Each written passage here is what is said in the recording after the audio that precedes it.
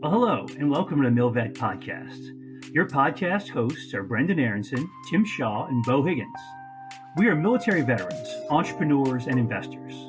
But most importantly, we strive to empower military service members, veterans, and their families. We believe that all veterans deserve a career that fires them up, a career in which you can learn, you can earn, and you can build a world-class network. On this podcast, we interview civilian and military veteran leaders who are incredible founders, writers, thinkers, and investors. My primary goal is to inspire you to achieve great things. Let's dive into today's episode. Well, hello, and welcome to another edition of the TheMilVet Podcast. I am your host, Beau Higgins, and I have the pleasure to be joined today by Nick Lodestro. And this is a unique podcast for us on the TheMilVet. It is our first returning guest. Nick was actually on the podcast about 3 years ago. And it's interesting, I think, because a lot has changed in what he's doing and what he has done. So we wanted to bring him back on and talk a little bit about what he's doing these days. I will start by saying, for those that may not be familiar with the TheMilVet or understand what we do, the TheMilVet provides an executive platform for veterans that are interested in getting into the private equity, venture capital, founder space. We can help you with finding jobs. We can help you with mentoring. We can help you with our podcast and hopefully some information. We host events. We have a newsletter. So make sure and check out our website. It's www.themilvet.org. Newly updated. You can find out all about what we're doing, opportunities we have, and some great new members of our team that we're joining, to include Nick, who's recently joined as well. But yeah, definitely check that out and learn more about what we're doing at the TheMilVet these days. With that, Nick, welcome back to the show. How's it going, man?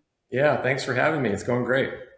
Awesome. Well, it's like I said on the kickoff, it's fun to have you back here now. I often, when I've been hosting these podcasts the last year and a half or so, I often talk to my guests and say, hey, we need to hear how things went, how your plans went, 3 years from now. Well, it's 3 years from now for you. You were on the show back in April of 2023. And to have you back here now, I'd love to let's just quickly recap, because, usually our format is talking your transition from the military. You've done that once, but for maybe folks that haven't heard the original episode, I'd love you to cover kind of a little bit of your past, your time in the Marine Corps, and then really I want to focus though on, since what's been going on the last 3 years and all the changes that have occurred. So I'll give us the Reader's Digest version of how your time in the Marine Corps, your transition, and what you did for the first few years when you got out. Yeah, absolutely. So active duty Marine officer from 2002 to 2007. So went right in out of my undergraduate at Penn State. Was just afforded some phenomenal opportunities. Obviously, we know it was a very busy time in our nation's history then. So I kind of got everything I was looking for and then some. And then separated active duty the summer of 2007 after my second deployment, and found my way into the animal healthcare space of all things. And using a group similar to what TheMilVet does, but for junior military officers and staff NCO types, helped me find my way of translating my skill sets, and landed in a sales role. Had a good run there, was having a lot of success, sort of found a home. And that was sort of the launch for me into, in this case, the animal healthcare space, where I eventually started an entrepreneurial endeavor with a fellow Marine that I served with at 2nd Recon. And so we started a network of veterinary hospitals. So think of a buy and build strategy. So we go out and acquire a 4-wall veterinary hospital. We'd infuse our model into it and just run it better than it was previously, and then continue to build that up. And so took it up until, I guess, the podcast. We had already, at that point, we had done one successful recapitalization event with private equity right at the height of COVID, actually March of 2020. When we were at about 12 locations. And from 2020 until really when the last podcast was recorded, we went from 12 to 32. And I was quite literally transitioning in April that year when we did record that one. I was going back and forth to New York City for management presentations over and over, week after week, because we were getting ready to do another recapitalization. So that's kind of where we left things off back there in 2023. I do want to pull the thread a little bit because I think it is very important to just talk a little bit about your experience in the sales space.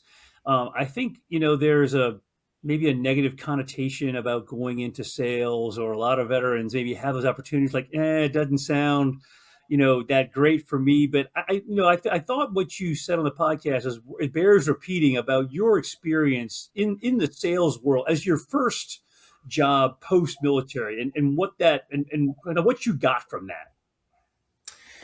I'm a big believer that if you have that opportunity to sell professionally, take the opportunity, because I'm just a big believer that everything you strive for in life, there is an element of sales to it, right? You're convincing people to invest in your business, right? You're raising capital. You're convincing people that you're the right person for the job. Whatever it is, there is an element of sales. And I just believe that, and I'm making a clear distinction here, that professional sales, like a modeled solution-based sales process, if you do it correctly, you're not selling anything. You're consulting. You're uncovering needs that someone has with something that you can deliver. And there is value creation there. And so for me, it was just an awesome experience. It really was. It taught me a lot about like what I'm frankly good at, what I'm not good at, how to influence and win in a different way. And I would highly recommend it for anybody that's stepping out into a new endeavor, especially folks that are transitioning out of the military. I think that's a super valuable insight, because I think you're right. We're all, in some way, shape, or form, all of us are selling something every day, right? You're selling an idea, you're selling yourself, right? I mean, it's everything in life in some way is sales. But to your point, though, to do it in a more professional, structured manner, to have that around it, I think can be, and certainly for you was an invaluable experience that set you up for success as you move through your career. And again, I think there are many people like sales. It sounds like you're, so there's a connotation of being the used car salesman, right? I think that's what in your head, you're like, oh man, I don't want to be that guy, right? I want to sell the extra, undercoating. I mean, there's something there, right? That you don't want to be that guy, but it's so much more than that. And the value and the goodness from it outweighs that, I think, 10x. And you certainly, showed that in what you were able to leverage that initial role in sales in kind of a unique field. I mean, veteran, it's not a field that most people know about, but that turned into the baseline for your future success in so many ways. I think it's important to take away from what you did, in that early days of your career. Yeah, no doubt. And I also think it's really important that when you do take on a sales role, you have to really believe in what you're selling, right? You have to believe, just like an organization, you have to believe in that mission, in those core values. And when you do that, the pitch, if you want to call it that, is just very authentic. It's very genuine. I think where a lot of times your example of the used car salesman, or you could pick a million different things. If folks don't really believe in it, it just doesn't come off as authentic. And, and then, you fast forward to, from an entrepreneurial endeavor, what we started the business that we scaled, the concept of that was not new and unique. People had already been doing that for 15, 20 years. We felt we were doing it better. We were doing it different, and leveraging our past experiences in small unit leadership and austere environments, and really infusing that into the four walls of a vet hospital. We believed it. And we showed people that we were doing it differently. And so that pitch just becomes more of a conversation, right? And back to that connecting unmet needs with a solution or service that you have to offer, there's value there. Yeah, no doubt about it. And again, I think it's an interesting transition for you too. It's it's like getting promoted, or just, a progression of your career from being an individual sales guy, if you will, selling to the hospitals, if you will, right? To then figuring out, all right, we can do this ourselves and we can do it better if we're running the show. And how that all scaled is pretty impressive. I mean, what do you I mean? Did you have any idea what you were getting into? Did you have an idea of what it could be? Maybe describe a little bit to the audience, what it was that why was your model, was it, I mean, you kind of said it wasn't better necessarily than others, or maybe it was better, but, why was yours so successful, I guess? And what do you attribute that to? Just hard work, grit, being a veteran, or was there some secret sauce to it all? The grit part of it is absolutely part of that equation. You know, as we all know, as Marines, like no plan survives first contact. And we were learning very quickly. And the original thesis, the original plan anyway, was that one, we wanted to create a business that, really emulated that of what we left in terms of the Marine Corps and the people that you do it with. And there's a very clear mission, there's very clear core values, and just the standard of excellence that persists throughout an organization like that. We just wanted to recreate that, right? Because we missed it so much that, but we wanted it to be a lifestyle business, meaning we just were going to go very slow and steady and effectively just let the business cash flow and not really worry about ramping things up. The problem is that we ended up being successful and the opportunities started coming our way faster. And, there were some tailwinds in the industry as well that we were able to benefit from, but I just, that pivot at that point was like, well, I mean, these things are kind of coming to us, like we got to take advantage of this. And so we pivoted, but didn't compromise on things like the mission, vision, and the values that we were instilling across the business. I think that's a great point too, because what you built, it sounds like to me, is a culture, right? I mean, that the success of the business was as much about the culture as it was the nuts and bolts of the business itself, right? I mean, there may have been other people doing similar things, related things in the field, but because of the culture you were able to build, it took off at a rate you never would have expected. Is that fair to say? Absolutely. And back to my point that people were already doing this. Anytime you have a buy and build strategy, and this is very common for those that aren't familiar in private equity, that's basically what you do, right? You're just leveraging, you're using leverage, whether that be debt, efficiencies within the business, your scale for purchasing contracts, etc. First movers or early adopters, they can go in and say, well, we have better contracts, right? Because we're bigger. We can take care of all this back office stuff for you. We can do just these box checking things, right? Well, then the second player, the third player, the fourth competitor come in and say, well, we can do that too. And eventually when you get to such mass where there's an ample number of competitors, what is left to differentiate? It's culture.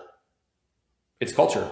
And that word gets thrown around a lot. But, when you start, I think for folks that are building businesses, when you start with that and you are really putting that front and center within your business, where it is something that people really want to get behind, well, yeah, then those things I mentioned, like contract agreements, back office management, we'll take care of your books. Those truly become the box checking exercises. That is not a differentiator. The differentiator is how you treat people, how you operate, and what type of culture are you creating for folks to do it in. I love that. That is a great way to break down what your success really was based on, and that being the culture, because there are other people out there in the industry in the similar space doing similar things. But when you're doing that, right, what is a differentiator, right? I think it's such an important question. I talk culture a lot with transitioning veterans too, because I think that's something as a veteran you're gonna miss when you leave the military, right? And you talk to that. That's what you wanted to recreate because you missed it, right? And you wanted to find a way to recreate that out in the civilian sector. And it's hard because a lot of folks, I think, they go through a lot of jobs once they leave the military because they're looking for that culture. They're try to find a way to stay connected again and to find that camaraderie, to find that teamwork, and to have been able to build that and create that culture, which also leads to, financial success as well, right? If you build it, they will come. I think it's a, like the field of dreams kind of thing. It's amazing to see that, what comes first, the culture or the success. But I think, it is truly, if you build the culture, the success is going to come. And again, you're a great, example of what that was like. And talk to me, I do want to get into, from 3 years ago, like how quickly did things take off? And again, is it all culture? Was it, you said it was timing? It was a, and how did you stay? I mean, how did you grow that fast? I mean, 'cause obviously growth is hard, right? It's hard to maintain. I think I certainly saw it at Amazon. As we scaled, I think it lost a little bit of its, it was when it was guys working out of a warehouse, it was a different thing. Then all of a sudden it's 100,000, then it's 500,000. Maybe it's not that scale, but it's how did you maintain that culture as you were growing, the team, and maybe talk through a little bit of the growth and what that was like in that. I mean, it had to be kind of the Wild West for a while there. Yeah, I think you mentioned, use the word fast growth. How do we grow that fast? And interestingly, I don't think that we did grow fast because it's all relative. And what I mean by that is, in our space at that time, particularly when we first brought in private equity in March of 2020, that that was the wild, wild west time. The 2021s, 2022s, valuations were creeping up because there were so many private equity backed platforms that were aggressively acquiring, and I would almost say recklessly acquiring, hundreds of locations in a given year. We did not do that. Over that 3-year period, we went from 12 to 32, I think it was. And so that's why I'm making the comparison here. It's all relative. And that was partially how we did it, was that, first of all, we were big believers in a density strategy, like meaning having them close where they could be mutually supporting to one another, where, running a lean top holding company organization, you effectively could have your operators in every one of these businesses in a given week if they needed to be, because of the proximity to one another. You can share resources, you can share staffing. And in the early days when it was just Paul and I mean, he was living in Charlotte, North Carolina. I was living here in Maryland. Our first hospital was like an exit down from the Pentagon. It's like, we got to be near these things, right? And then the next one was in Blacksburg, Virginia. So then we started to build around those. So the first step was have a very methodical growth strategy that allowed the culture to, I'll say, maybe stay intact, but then you could almost effectively develop it, like further it, right? Advance it in real time and learn. So that OODA loop, that cycle of decision making was so fast because everything was so tight. And then we weren't kind of getting out over our skis and then going, okay, we'll figure it out later. And even today, that still remains the strategy. The business has effectively doubled in size, not by location, but in terms of, the P&L. It has doubled in size since I exited since we did the last recap, which was October of 2023. It's phenomenal. And so to your point about like Amazon, any business, it gets harder and harder to do these things. So to your question, like, how do you do it? To me, that's the trick of, assessing how much you throttle up that growth. What is an acceptable growth rate? Because the answer shouldn't be as much as we can get. Because if as much as you can get destroys the culture, well, that's not the right answer. But you do have to stress it. You do have to stretch it to really test the limits. And then you start to look back and say, okay, well, do we need another layer of leadership here? Do we need to shift a geographical focus? Whatever it is, but that to me is where skilled operations and decision-making comes in. But there's no doubt about it. Like, the culture and the business will go through an evolution in these different stages of growth. That is a certainty. And it will hit friction and you'll have to course correct. But I think if you get the mission and the culture right, you're not really changing it, right? You're just adding to it and tweaking it where you need to keep it going. And that's the sign that you've really got it right, in my view. When you see folks make a wholesale change on the mission or whatever it is, probably didn't have it right to begin with, and now they're kind of chasing, if that makes No, sense. that makes a lot of sense. And I feel, not having gone through this personally, but it seems like there are a lot of companies, again, that, if you're an individual owner, founder, you can only get to a certain point by yourself, right? Or you plus one, you and Paul originally, like there's a finite amount of time and just energy you have to get it to some point.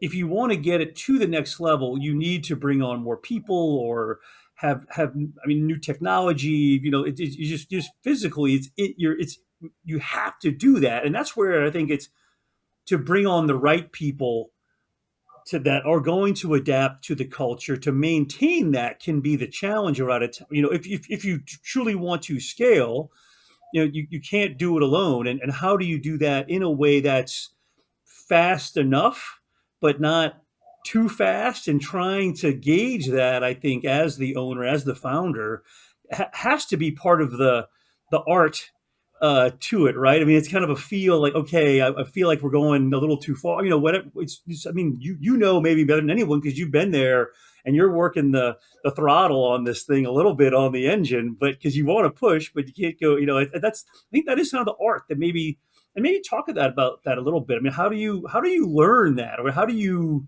develop that skill? 'Cause I think a lot of folks that want to maybe get into this space, again, I think not that it's easy to start a business, but I think it's even harder to take it to that next level in a lot of ways.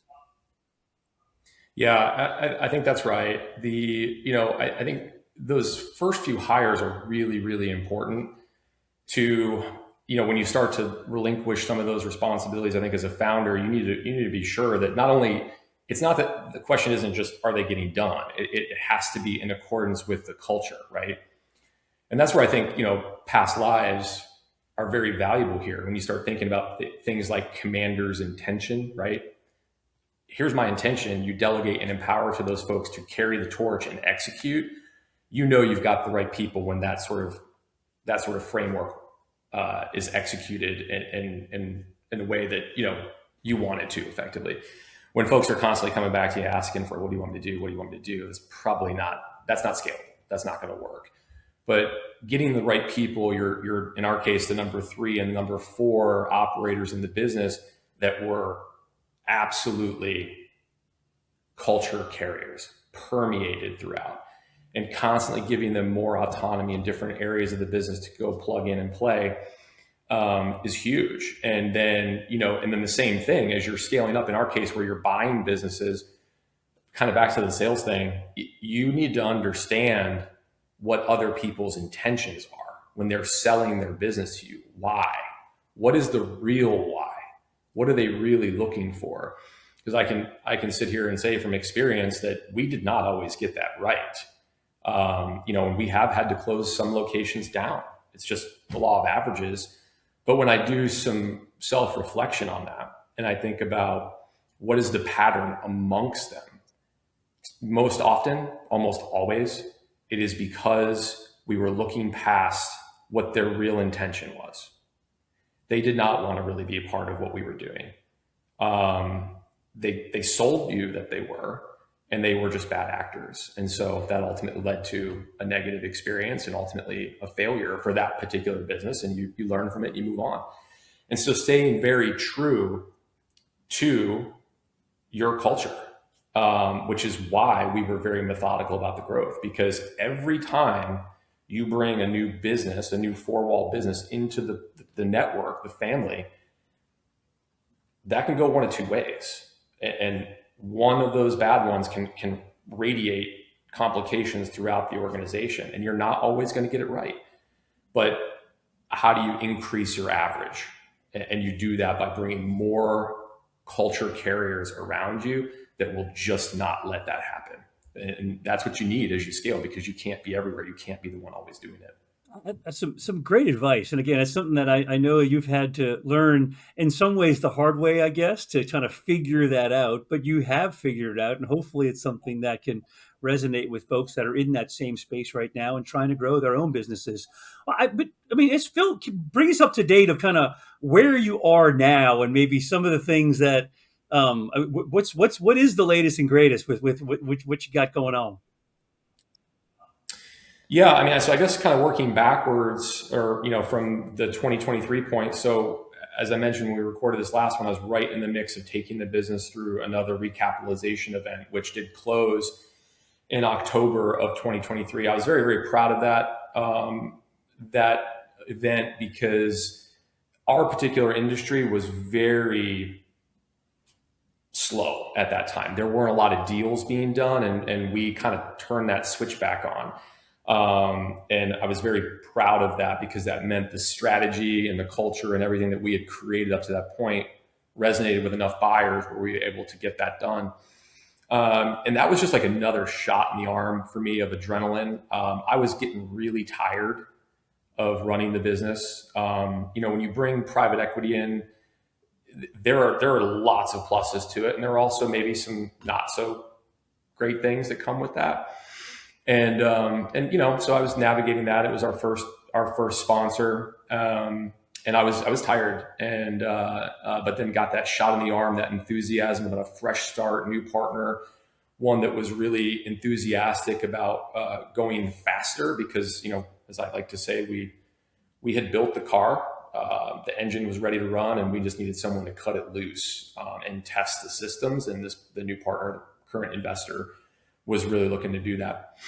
I am infamous for, from a self-reflection perspective, I'm very, very good at filling up certain buckets in my life.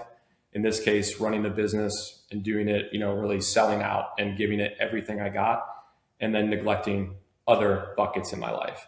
I've never been able to strike that parity and that balance. And so as we made that transition with a new sponsor and ramping up the business, I really let that continue to creep into my life, my home life in particular.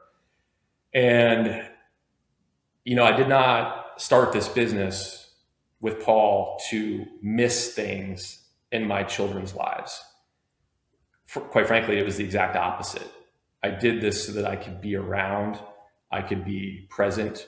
We did not have children when I was on active duty for obvious reasons. I just didn't want to not be around.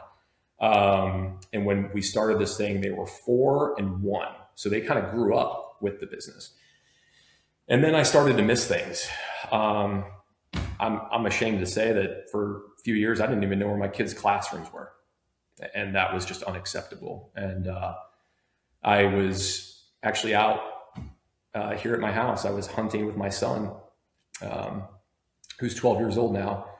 And he was up in the queue. I was just out there just with him, and he was behind his crossbow and was enthusiastic. We had deer coming out, and I get a phone call, and didn't answer it, and said, I need to call you back.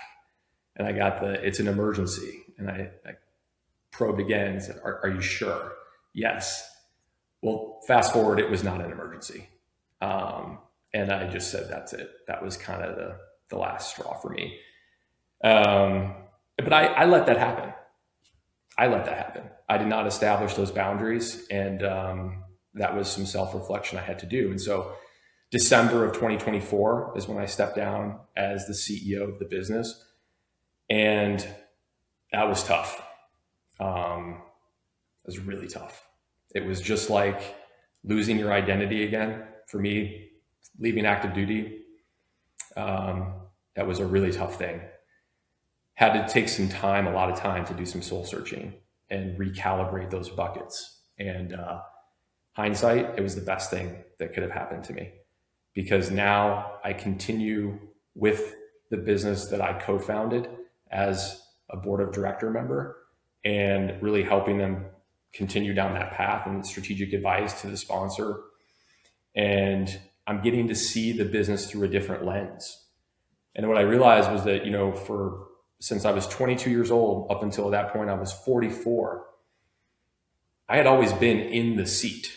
I was always in charge of something. And I did not realize the toll that took on me.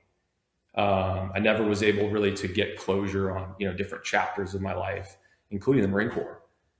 And then I started to, when I reflected on this, I started to realize this is a lot like what we are used to in the Department of War, which is you lead, in our case, as officers, you lead a platoon, right, for a period of time.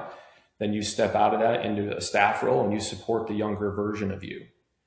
And then you do that for a period of time. Then you come back in at a company command, and that cycle repeats. And I thought to myself back then, I'm like, how dumb is that? You take your best leaders out of these roles and put them in a staff job. I don't want to do that. I get it, because that is a lot like what I have experienced during this new chapter. Is I am supporting the younger versions of me, or maybe in some cases, less experienced versions of me, the CEOs that are running businesses, and looking at it through a completely different lens. And that has been extremely fulfilling for me. And so, as I mentioned, I still do struggle with that identity piece. But I have been spending, I know where my kids' classrooms are. I know their practice schedules. I'm there and I'm not missing a thing. And then to be able to sort of really hone in on my own personal mission, I love that. I love working with CEOs, and what I'm doing now with MilVet, not only just with CEOs, but, GMs and VPs, coaching them through difficult situations that they're working through. That has been really fulfilling for me. So it's sort of that next chapter, new mission. And I'm really, really grateful for it. That's pretty profound. And I love hearing that transition, right? I mean, it's another transition in life.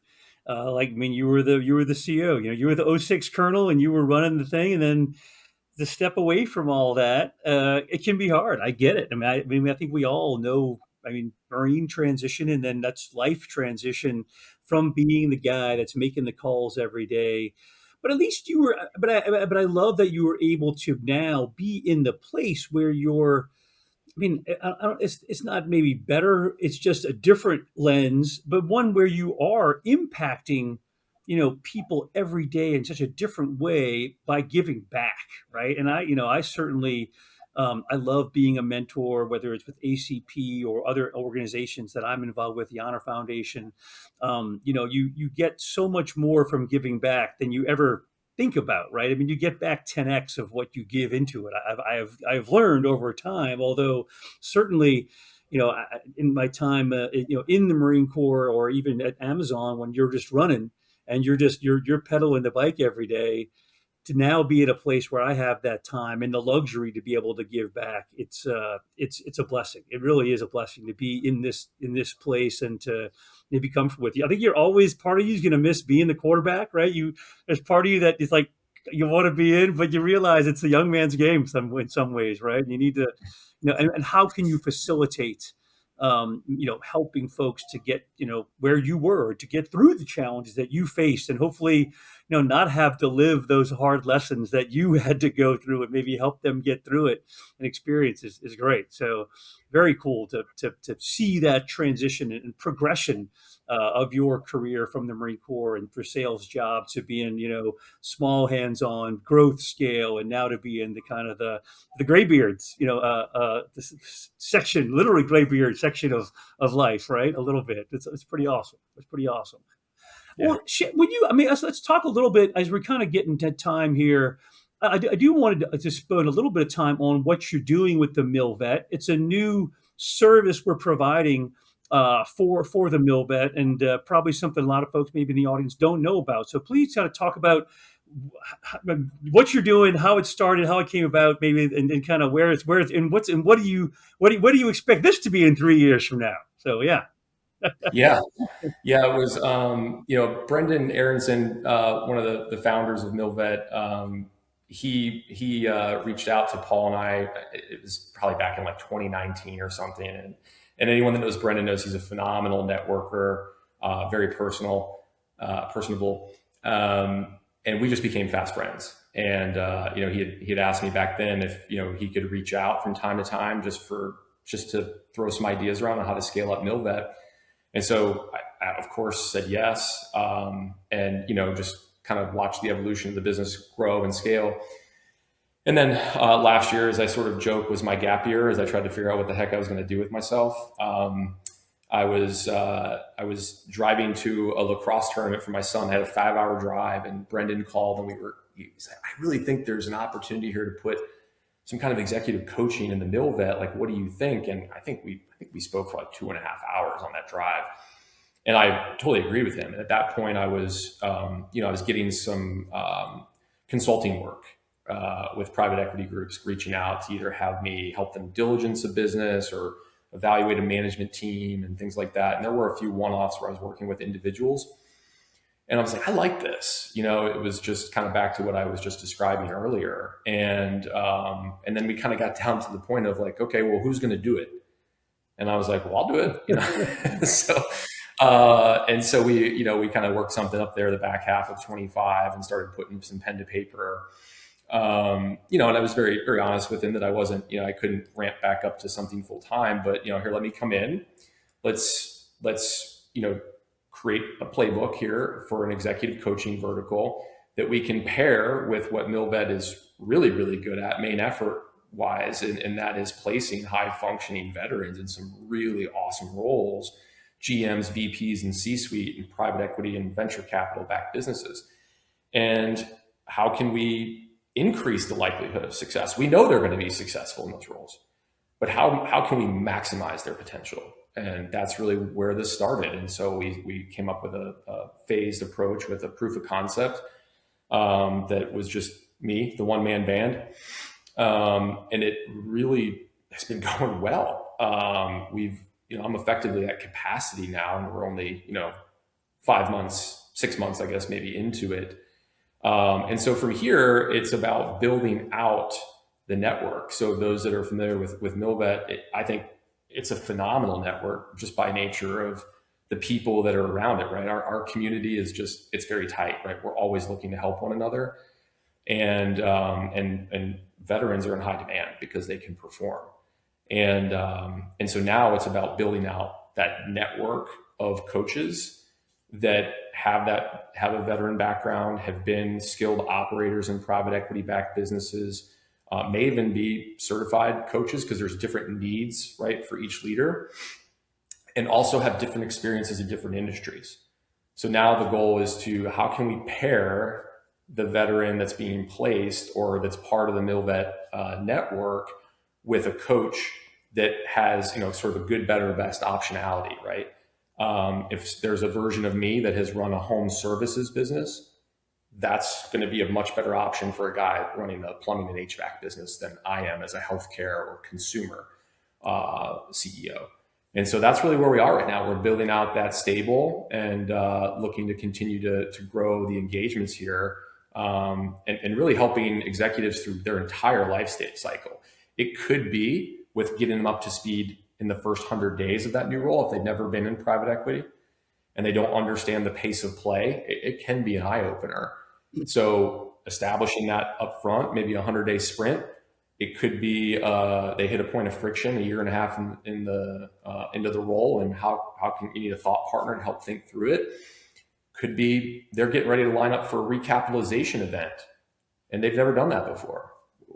We want to help, and I think we're well positioned to do so. So it's been a lot of fun. That's awesome. No, it's great to see the new offerings from the MilVet, and again, not having been an operator myself in that space, but I can only imagine that if it's your first role as a GM in a PE backed company, that you probably don't want to go to the guy that hired you to say, hey, how do I do this? To have someone that's been there, done that you can go to offline and help you, and that has truly walked in the similar shoes, has got to be a huge relief for some of these folks to have that resource. Because again, I think no one wants to go in and say, call their boss or the guy that I say, hey, you hired me to do this, but I have no idea what I'm doing, So it has to be just a nice, I say, it's an additional service, right? We, the MilVet, are going to help you find a job, but we're going to help you stay in that job and give you resources to be successful in it. Because we want you obviously to be there and get beyond that first year or two, right? Especially if it's the first time you're doing it. So it makes a lot of sense It's great to see that offering. And now that we've been doing it for 6 months, and obviously it's going well. So it's good to hear that too. Yeah, absolutely. And I mean, I think about it too, just as if I wind the clock back, about 10 years, how great would it have been to have, and that's also a self-reflection point, is I just didn't leverage my own network, right? There surely were people out there that were 10 years ahead of me that were veterans that I could have found. And, I could have, if there was a MilVet out there, I could have leveraged myself. But that's kind of what I've been thinking about, is there's a younger version of Paul and I out there, and how great would it be if we can help them avoid some of the mistakes, but also ratchet up like where they're strong and where they can differentiate and scale up. And again, they're all going to be successful. We know that. Veterans have proven that time and time again. It's just, how can we make them the most successful that they can be? I love it. All right, this is the final question. What 3 years from now? Where do you think this thing is? Where are we at 3 years? When I bring you back on the program for the podcast 3 years from now, where do you hope to be? Man, I didn't think about that. I mean, I'll be honest with you right now, I'm kind of slugging through each week one day at a time, but trying to work on keeping all those buckets full and not spilling over. I think, it's funny because I mentioned my kids, and I'll keep coming back to them because that's, they were the biggest reason why I made the change that I did. My daughter is a rising junior. And so now we're starting to look at colleges. My son is in 6th grade, and so he's a little bit behind that. But I think about, like, where are they going to be in 3 years, and how to make sure that I'm present for that. And so that's my number one priority. I also can say with certainty what I will not be doing in 3 years. I will not be running a company. And I think you can probably play this one back and hold me to that. I don't think I see myself doing that yet because of them. I want to make sure that I've got that time available for them and watch them through these really cool years of their lives. But I think just a lot more of this, honestly, a lot more of engaging in something that's really fulfilling with a mission, our veteran community, and just watching people just help them be successful. Like, it's going to be the next 3 years, I think, in private equity in particular, are going to be pretty active. There's the macro conditions seem to be lining up for that. So there's going to be a lot of transactions happening, in my opinion, and just where we can help folks get those things across the finish line, that would be really cool. So if I'm doing that and still feeling really fulfilled and a 1099 capacity, board level and things like that, that's probably what I'll be doing. But if not, you'll catch me on the sidelines of a lacrosse game or somewhere watching my daughter dance, because that's what she likes to do. Well, sounds great, Nick. Thank you. Really appreciate the time today. It was a pleasure having you back on the show, and look forward to seeing how this continues to grow with the MilVet, and great to see and hear about what your kids are going to be doing 3 years from now. Hopefully your daughter goes to UVA as a UVA grad. So let's go Wahoo Wah. Okay. Thanks again. We had her there. We had her there a few weeks ago. Yeah. All right. Out here. Thanks again, Nick. Appreciate it. Thank you, Beau.